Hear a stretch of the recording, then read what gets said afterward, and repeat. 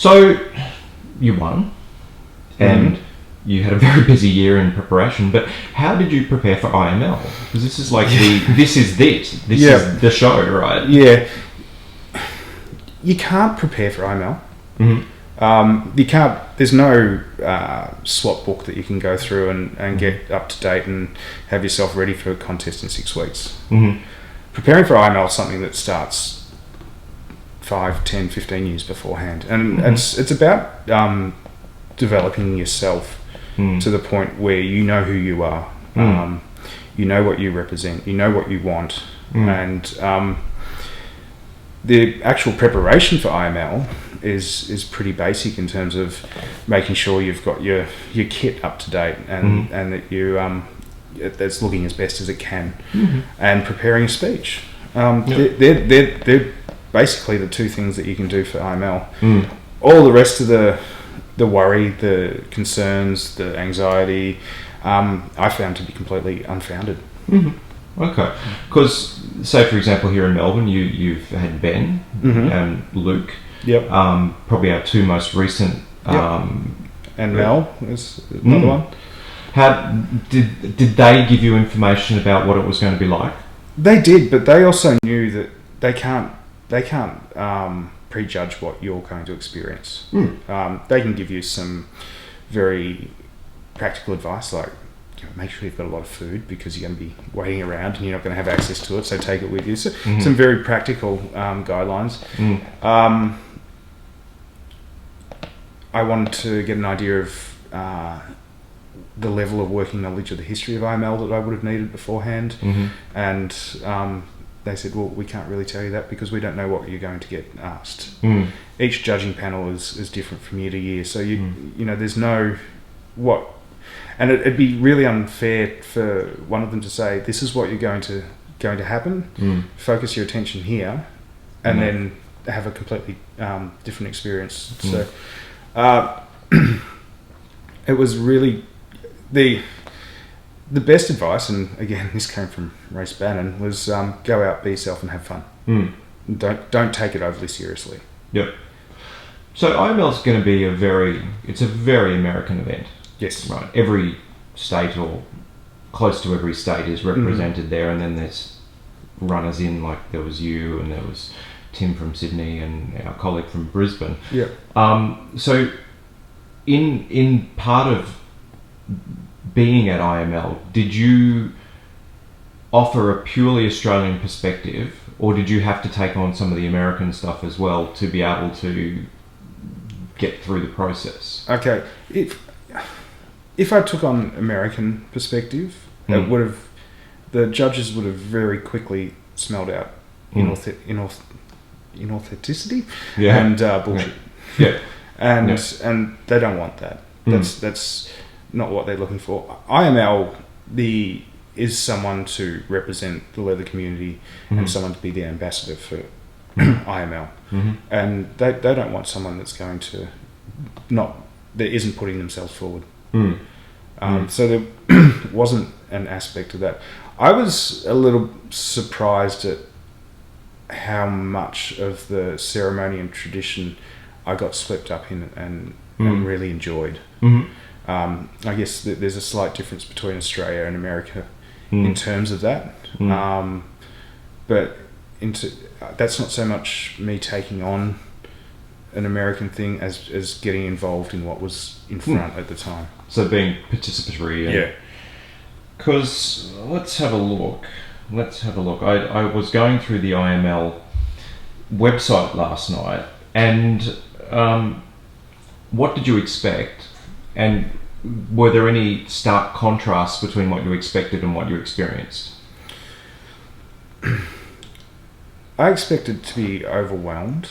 I didn't expect to be overwhelmed to the extent that I was. Okay. I knew it was going to be an intense and a very busy time.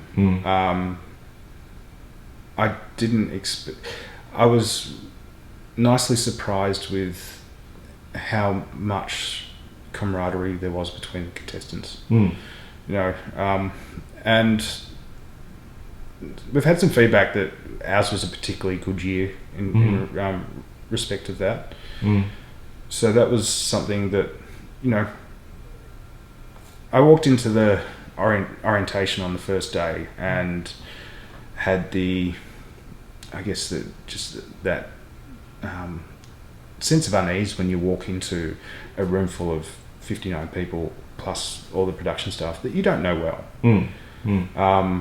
But it was very quick that I realised that everyone was there just to enjoy the time. Okay.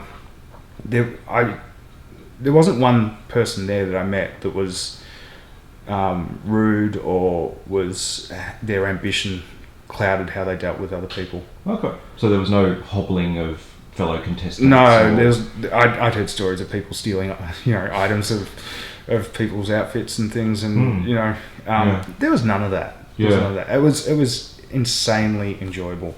Cool.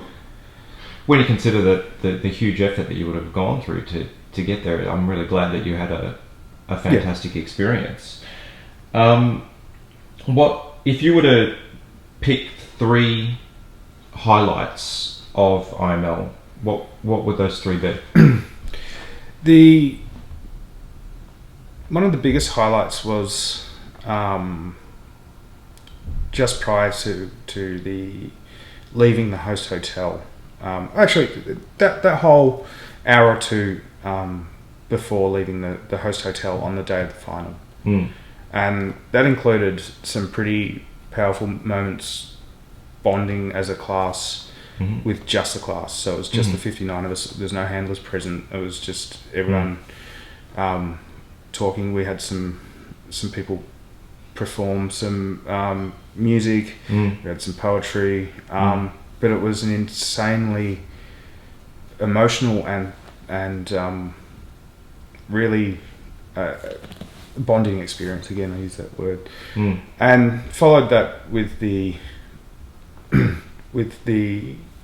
preparation that the production staff and the handlers gave us in every one of us was shitting ourselves effectively by that stage, because we're about to go off and go on rehearsals for the final, and they managed to change the feeling in the room from one of nervous anticipation to one of excitement and I don't want to go into the details of how they did that, but it was a really an emotional and moving experience.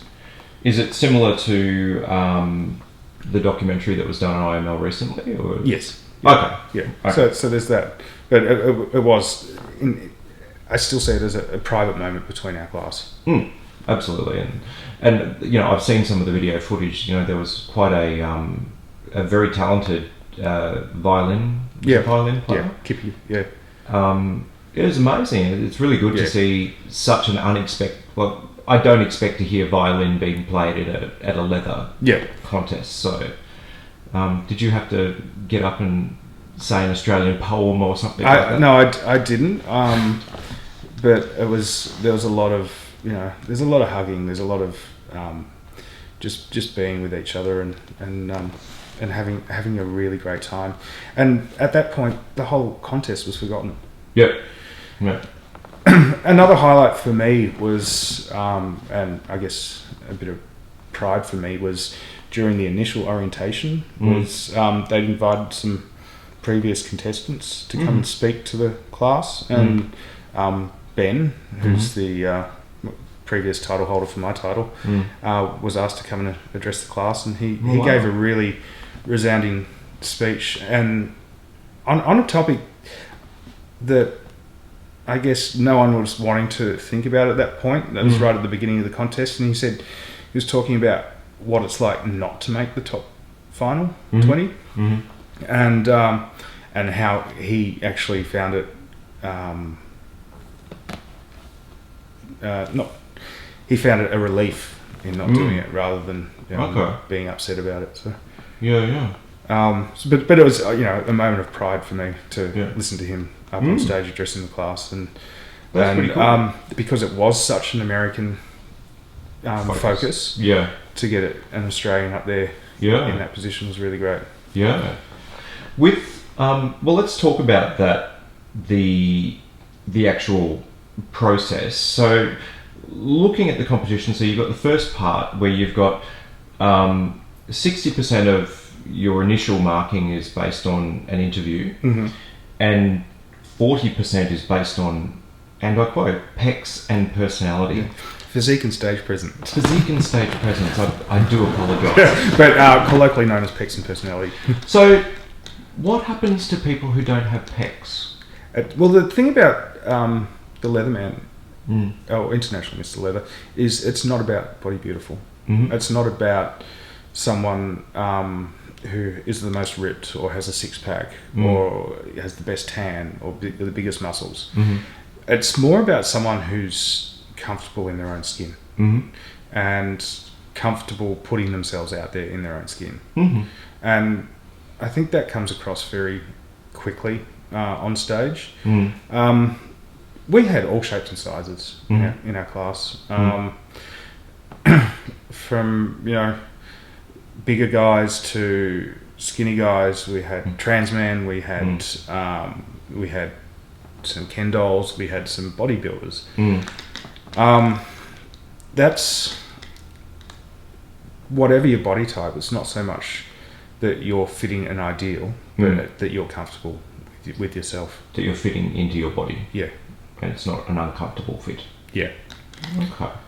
Because it's an interesting sort of juxtaposition that a lot of people, they automatically go to, well, IML's just a pageant. What's your impression of those people? I encourage them to have a bit of a deeper scratch around and find out what IML's about. In some ways it is a pageant, but it's a lot more than a pageant. It follows a pageant process, but it is not a vacuous pageant that people often imply when they derisively describe it as such. I wonder, do people miss out on a lot of that essence if they're not actually a competitor? Possibly. And IML's not just about the contest. I think I read somewhere it was close to 19 or 20,000 people attended. Only about a quarter have an interest in the contest. So IML's much bigger than just the contest. So what are the other 3/4 doing? They're sex in the hotel. It's the sex in the parties. Yeah. Okay. And embracing the lifestyle. Okay. So it's an opportunity. And this is what I saw at Claw, was that I was genuinely surprised that the amount of people who started talking about event drop after Claw, and I'm like, I couldn't quite get my head around it. Like, I understand that I had a really great 4 days and I was absolutely tired and I really needed some sleep, and and that will put anybody into an emotional headspace. But I wonder whether there's a portion of people attending these events where this is it. This is their one opportunity of the year to live that life. There is that. I guess event drop was very real for me. And I tried to make some sort of sense of why it occurred. And for me, it was that competing in IML was an exhausting experience. We're often our call was at 11 o'clock in the morning, and sometimes we weren't finished until midnight. It's an intentionally emotional experience. So you're depleting your dopamine, you're depleting your serotonin.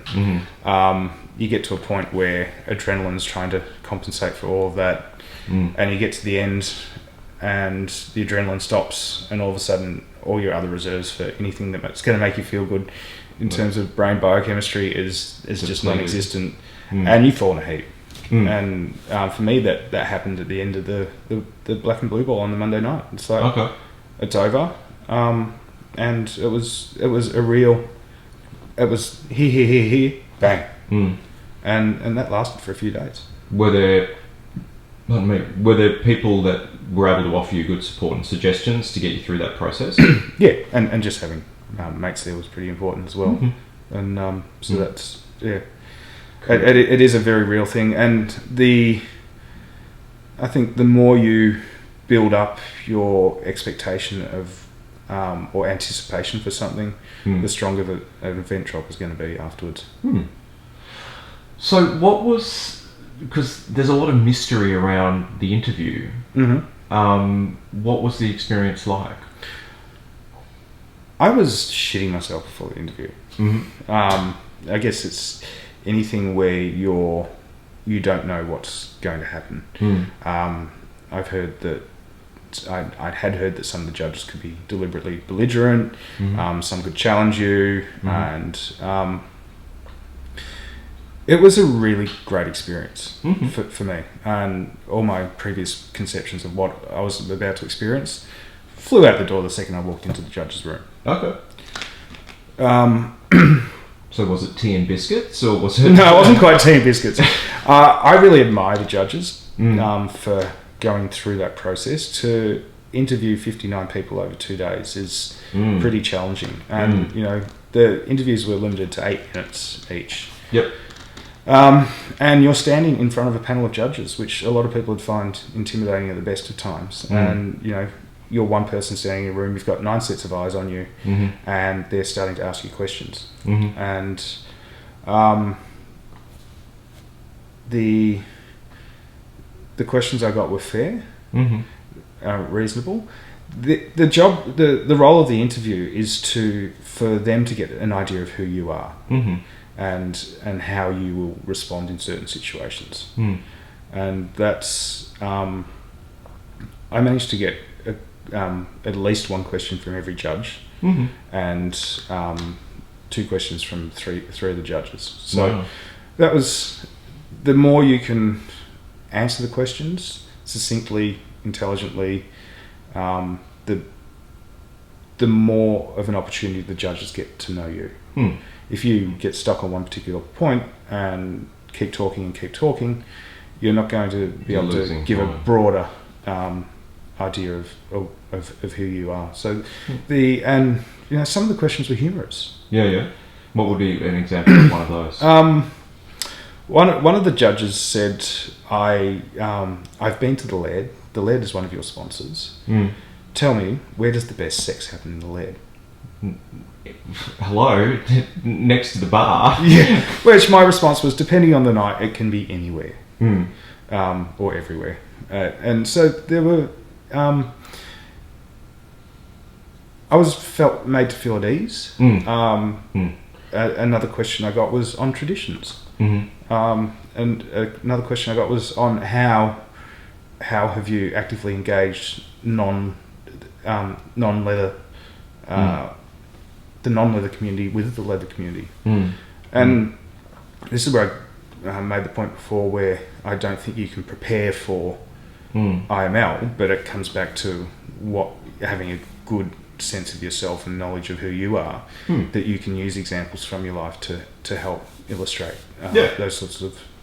And if you've got a legacy of what you've been involved in and what you've been doing, then it's very easy to be able to call back on that and go, well, I've done blah, blah, blah, blah, blah. Yeah. If you've blown in from somewhere else that's done and, just happen to own some leather, it's going to be fairly obvious. Yeah. And one of the question that stumped me was that you have an interest in Aboriginal art and have supported the National Gallery's Indigenous collection in the past. How does the skills learned in that make you a good leatherman? And it's something I attempted to answer, and then said, I'm sorry, but there's not a great deal of correlation. These are different aspects of my life. Yeah, and not everything has to tie together. Yeah. So, as push came to shove, you ended out in the top 20. Were you expecting that? That was my goal. Yep. If I could make the top 20, I would have been happy with how my IML experience went. Cool. In making the top 20, the thing I'm happiest about was that I was announced first. Yeah. And that has nothing to do with the ranking. Did you shit your pants when you've like, holy crap? I was like, no. What I don't think I would have dealt with very well was standing there as successive people were announced, wondering, am I going to do it? Am I going to do it? Am I going to do it? That wouldn't have been a very enjoyable experience for me. Yep. And those that were announced in the last few that I spoke to said they'd already gone through these motions. Oh, I haven't made it. Blah blah blah. So that's something I can thank the leather gods for not being put through. And Tim from Sydney, yes, was also in the top 20. Yes, which is the best showing Australia's had in years. Yeah. Yeah. And with the Australians, were you best buddies, or was there a little bit of competitive spirit between the three of you? I think there was some friendly competitiveness, but at the same time coming from a strong sense of, we are Australia. Yep. We're representing. Yeah. I was going to break into song then, but that would have been... Oh, no. So, and that started at the opening ceremony when the three of us went on stage and with the Australian flag. And that was really, That was pretty cool because there was a good Australian contingency in the audience as well. Yes, yeah. We had great support from Australia there this year. And I imagine that Australians tend to do okay in America, so you may have had support from other people as well. Yeah, I think we're a bit louder and brasher and less beholden to protocol, so we tend to be a little bit noisier than most and maybe get a little bit louder than some. So there's and that's respected over there, I think. Yeah. Well, I think it's almost expected of Australians, isn't it, that we're going to be a little bit brash and a bit out there.